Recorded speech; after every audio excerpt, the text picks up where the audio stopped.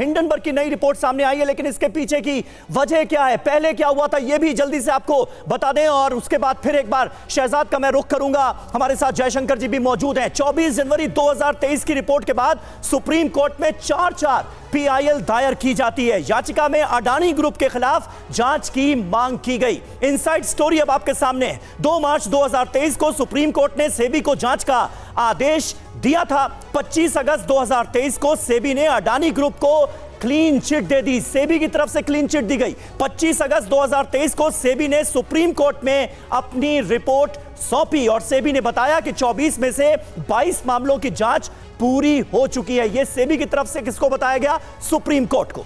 बिल्कुल, सेबी ने बताया 2 मामलों में विदेशी संस्थाओं की वजह से देरी हुई और सेबी ने हिंडनबर्ग पर कई तरह के आरोप भी लगाए, यानी कि सेबी ने हिंडनबर्ग को लेकर बहुत सारे क्वेश्चंस खड़े किए थे। सेबी ने हिंडनबर्ग को कारण बताओ नोटिस भी जारी किया था और अडानी ग्रुप को लेकर निवेशकों को गुमराह करने का यह नोटिस था, यानी कि एक कंफ्यूजन क्रिएट करने का आरोप लगाया गया था। जयशंकर जी, सवाल यहां पर यही उठता है कि एक बार इस पूरे मामले में एक न्यायिक जांच हो चुकी है और उसमें सेबी नहीं, कोर्ट ने सेबी नहीं, हिंडनबर्ग की कार्यप्रणाली को क्वेश्चन किया।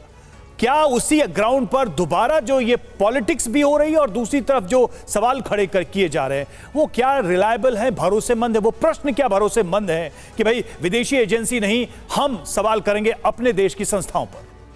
नहीं रवि, इसमें सबसे बड़ी बात यह है, जिस सेबी ने जांच किया था हिंडनबर्ग की पिछली रिपोर्ट के बारे में, उसी सेबी के चेयरमैन पर आरोप लगा है कि उनकी मिलीभगत है या उनकी अडानी की ऑफशोर कंपनियों के साथ उनका बिजनेस पार्टनरशिप रही है, उनका उसमें इन्वेस्टमेंट रहा है।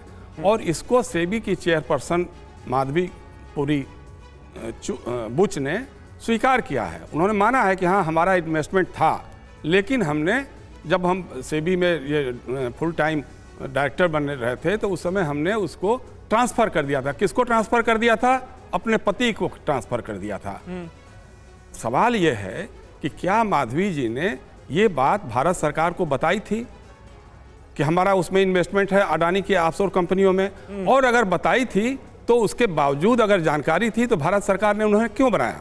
क्योंकि कॉन्फ्लिक्ट इंटरेस्ट का मामला है। देखिए, हमने देखा है कि अदालतों में, सुप्रीम कोर्ट हो, हाई कोर्ट हो, बहुत सारे जजेस बहुत सारे मामलों से अपने को रिक्यूज कर लेते हैं। क्यों? क्योंकि उनके कभी अतीत में कॉन्फ्लिक्ट ऑफ इंटरेस्ट उनके साथ रहे होते हैं। तीसरी बात जो है, अडानी साहब ने उस समय कहा था कि मैं हिंडनबर्ग के खिलाफ अमेरिका की अदालत में मुकदमा करूंगा। जी, अभी तक मुकदमा क्यों नहीं किया? अभी भी मुकदमे का मौका, ठीक है, लेकिन नए आरोपों को लेकर जस्ट समीर एक सेकंड बस। जी, मैं शहजाद भाई को बताना चाहता हूं। हाँ। भाजपा के लोग कह रहे हैं बार बार कि ये आर्थिक अराजकता पैदा करने की कोशिश की जा रही है।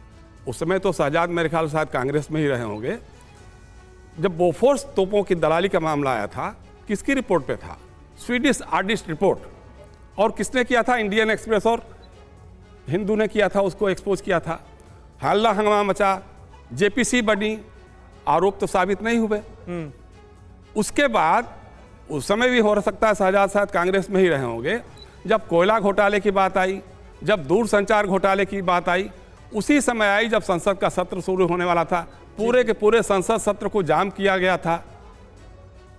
क्या हुआ? क्या निकल के आया उसमें से? ठीक है जयशंकर जी, बहुत इंपॉर्टेंट बात आप कर रहे हैं। वक्त की थोड़ी सी हमारे पास कमी है। शहजाद, जल्दी से मैं चाहूंगा आप इन जवाबों को हमारे सामने रख दें, क्योंकि बहुत सारे दर्शक इस वक्त सरकार का, आपकी पार्टी का पक्ष जानना चाहते हैं।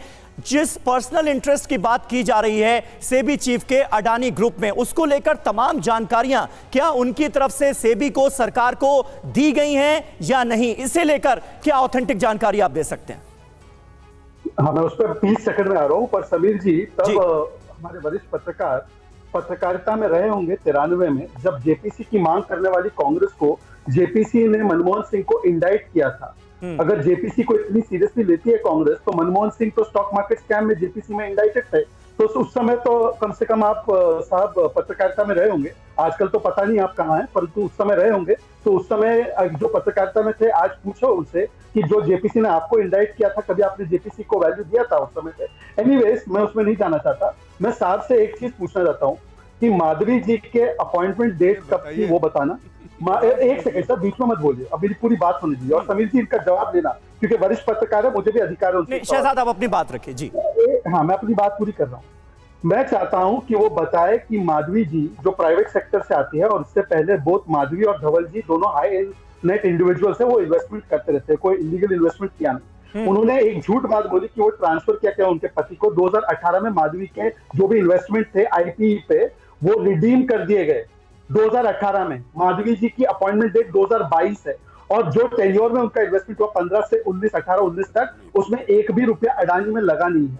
अब मैं शंकर जी से पूछना चाहता हूँ, जैन जी से पूछना चाहता हूँ, जो हमारे वरिष्ठ पत्रकार है, जो भी इनका नाम हरिशंकर जी, जो भी है इनका नाम, मैं इनसे सिर्फ इतना पूछना चाहता हूँ कि एक बात मुझे बता दीजिए कि क्या T1 में जो इन्वेस्टमेंट की गई, वो इन्वेस्टमेंट अडानी में की नहीं गई है। आप भी मान लीजिए कोई म्यूचुअल फंड में इन्वेस्ट करते हैं जिसमें अडानी का पैसा लगा हो, तो क्या आपका अडानी के साथ बिजनेस रिलेशन हो गया क्या? आप अगर कोई म्यूचुअल फंड में डाला होगा पैसा, उसमें मान लीजिए कि अडानी ने भी म्यूचुअल फंड में इन्वेस्ट किया है, तो आपका और अडानी का बिजनेस रिलेशन हो गया। ये आपकी पत्रकारिता की सोच है क्या, जानकारी है क्या? आपको पत्रकारिता में आप बात रखते हैं तो थोड़ा पढ़ लिख कर आया करें। ठीक है, आप वरिष्ठ पत्रकार, ठीक है, जो सवाल है हम उस पर रहते हैं, सवाल वो रहते। दीपक कुछ इस पर काउंटर करना चाहते हैं। दीपक देखिए, जिस दिन चुनाव का रिजल्ट आया था उससे पहले देश के प्रधानमंत्री, देश के गृह मंत्री और देश के वित्त मंत्री प्रचार करते फिर रहते, कहते थे कि आप शेयर बाजार में इन्वेस्ट कीजिए, शेयर बाजार में पैसे लगाइए। पूरी दुनिया में पहला मामला आया है। अरे भाई दीपक झा से ही सवाल का आपके जवाब ले रहे हैं। देखिए समीर भाई, पूरी दुनिया में पहला मामला आया ऐसा है कि जहां का प्रधानमंत्री। सुन लीजिए दीपक झा क्या कहना चाह रहे हैं? शहजाद जल्दी से एक लाइन। हाँ, साउंड तेज कर दीजिए। आप, मैं, हमारे त्रिपाठी जी, हम सब लोग म्यूचुअल फंड में इन्वेस्ट करते हैं।